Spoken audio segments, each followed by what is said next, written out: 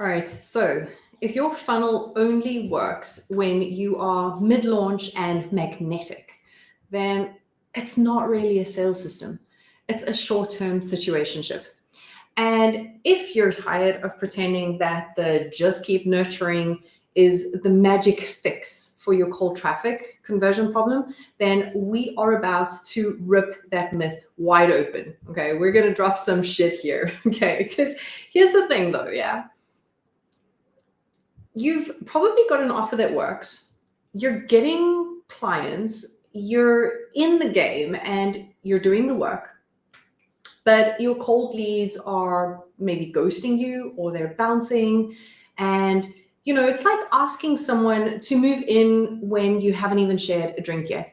So today I want to walk you through 3 strategic funnel fixes that quietly convert cold traffic without adding more posts or pressure or personality tweaks. Okay.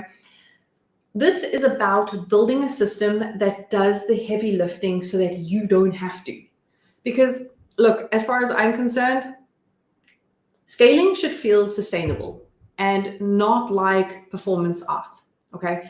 So let's talk about what is really happening. So you've got visibility, your content's not trash, and your offer is kind of converting, it's kind of working. Okay. But your back end is perhaps stitched together like a Pinterest board with commitment issues. You're sending cold leads to pages that assume that they already trust you. You're giving them options that they're not yet ready to take. And you're chasing every lead like it's the first one that you've ever met. And then you're wondering why you're still in launch cycles and content loops or delivery chaos. The thing is that most funnels are built for warm buyers. They rely on trust that you haven't yet earned and on familiarity that cold leads don't yet have, and on emotional momentum that doesn't exist yet. So if your funnel only works when someone's already 90% sold, it's not really a funnel then, is it? It's a finish line. And cold buyers are essentially standing at that start gate and wondering why you're already waving a contract at them. Right? So I really want to make this practical, okay? Because I know that you're not here for the generic advice like build a better funnel, okay? I know that you're here to understand why it's not converting cold and exactly what to do instead. Now, here's what I want you to write down if you're multitasking, okay? It's not just what you're offering, but it's how your system introduces it and when. I'll say that again. It's not just what you're offering, it's how your system introduces it and when.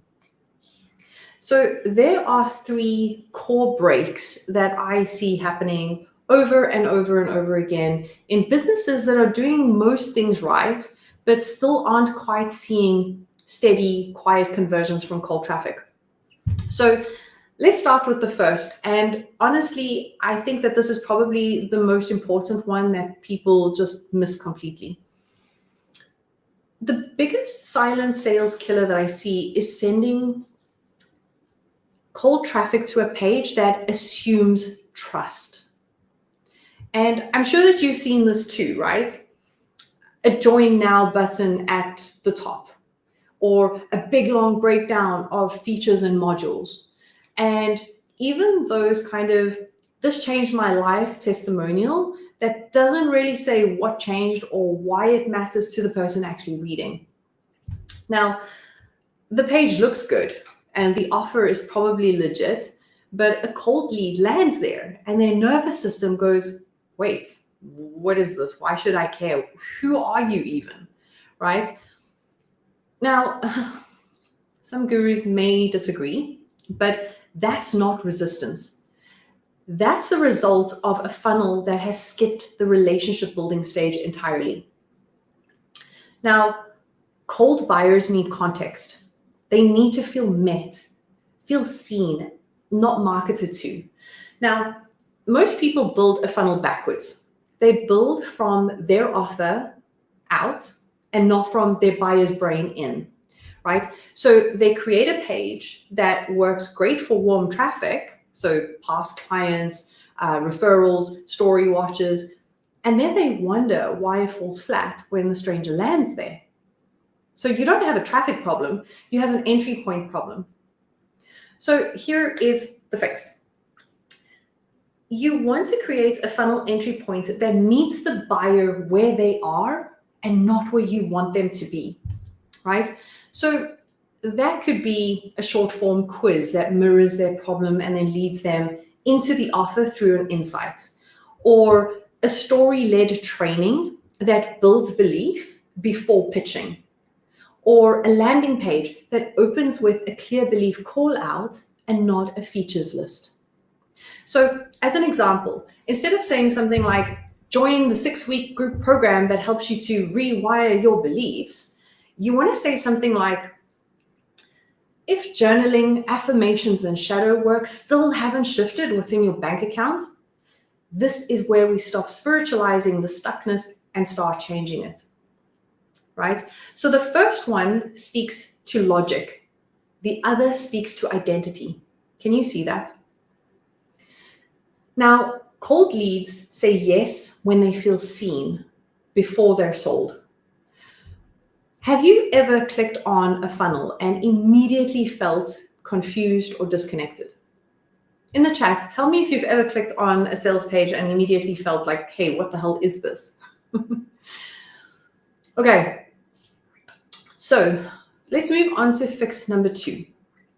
So let's say now that the entry point is working, a cold lead clicks, they're curious, they opt in, and now what? Well, here's what I see all the time. Email 1 says, hey, I'm so excited that you're here. Email 2 says, let me tell you about my program. Email 3 says, you're still here. Email 4 says, buy it. And email 5 says, here's a discount. Guys, that is not a nurture sequence. That is desperation in 5 acts, okay? People think delivery equals conversion, but opt-ins don't make people trust you. Belief shifts do. And if your nurture sequence is just a cute little welcome email followed by tips and tricks and countdown timers, you are not warming a buyer. You're warming a ghost, okay? Now, the deeper issue is that you are educating before you're activating. And the truth is that you can't teach someone into trust, okay? You have to earn it by showing them what they've misunderstood. You're sending how-to content to someone who hasn't even decided that they believe that this problem is worth solving yet. Or worse, they do believe in the problem, but they don't believe that you're the one to solve it. Okay, so this isn't just about delivering value. It's about building trust, urgency, and conviction in that order. Trust, urgency, and conviction. And it should also mirror the silent questions that your cold buyer is already asking. Like, is this what I actually need? Can I trust myself to go through with this? Will this really work for someone like me? Now, most coaches write their nurture like they're onboarding a warm lead, but cold leads are skeptics, right? They're not getting to know you. They're deciding if your worldview makes sense to them. And if your email sequence doesn't build belief, it's not nurturing. It's just talking at people and hoping for the best, right? So you want to write your nurture like a slow drip sales conversation. Email 1 introduces a mirror moment, like, hey, here's the pattern that I see smart people just like you stuck in. Email 2, you want to create a belief shift. Like, kind of like, here's the part that most people overlook and why this is what keeps you spinning. Email 3, you want to tell a micro story that reframes what they thought that they knew. Email 4, you want to share your offer, but softly positioned as that natural next step. And then email 5, you want to use social proof or a case study to demonstrate the possibility. Okay. Now, this is the buyer activation sequence that I teach inside of Cashflow Catalyst. And it works because it is not just nurturing. It's reshaping the way that they think. No, hey, bestie fluff, no fake urgency, no, it's just conversion psychology done like a human. So let's say that you are a somatic coach helping people process emotional blocks. Instead of starting your sequence with, here's how to regulate your nervous system in 3 steps, okay, you want to lead with a belief shift in email 2 that sounds more like, most people are trying to mindset their way out of patterns that live in the body. Here's why breathwork alone isn't enough and what I see that actually moves the needle, right? So you're not teaching yet. You're building trust by showing them exactly why their current tools haven't worked and what they've been missing. And in a cold funnel, that is everything. So let me ask you, is your nurture sequence doing the heavy lifting, or is it just dropping vibes into the void? Let me know in the comments if this is really making you rethink your current email flow. Because this is really where things start to shift, right? Because once the right system is in place, your sales stop depending on your presence. And that's when your business actually starts to feel like it's working with you and not because of you. All right, so let's move on to fix number 3. Now, at this stage, the lead has made it through the door. They've opted in, they've got the emails, they're nodding along, they're vibing with the message, but maybe they still haven't clicked, or they haven't booked, or they still haven't bought. Why? Probably because your call to action is asking them to make a high trust decision without giving them anything to trust yet. Now, most coaches are unintentionally asking cold leads to make high trust decisions from a low trust experience. It's kind of like offering someone a first date, but the only option is a weekend away in Tuscany. I mean, it sounds cool, right? But, you're saying, hey, stranger, book a sales call, drop 3K, and trust that I'm the one who'll finally fix this for you. Spoiler alert, they won't. And not because they're a bad lead, but because you skipped the decision ladder and you jumped straight to the top rung. So you can think of your CTA like a ladder, and each rung meets a buyer at a different stage of readiness, right? So a high trust CTA is the book a call, enroll now, buy the course.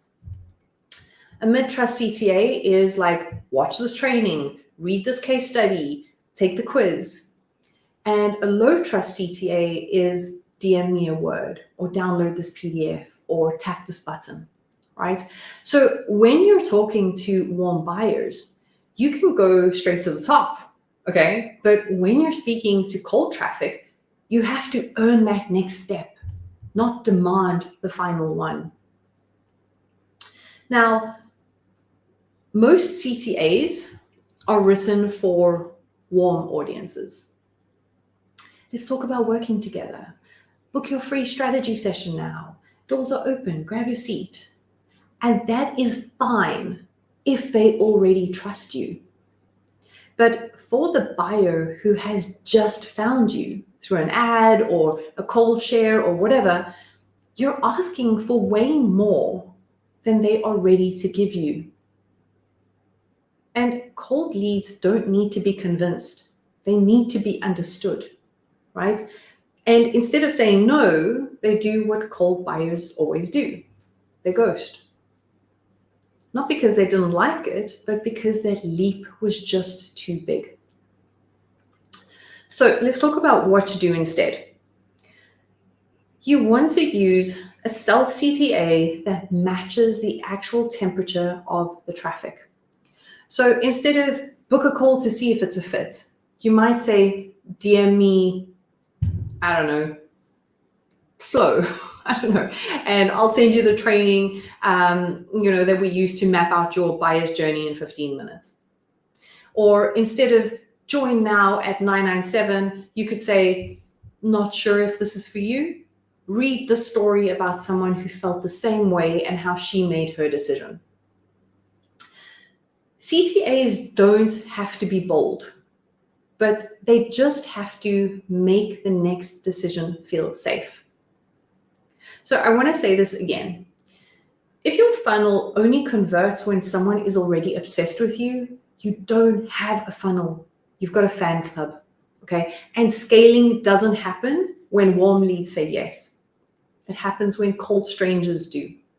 And that only happens when your entry point meets them where they are, your nurture reshapes what they believe, and your CTA makes the next step feel like a no-brainer and not a blindfolded leap.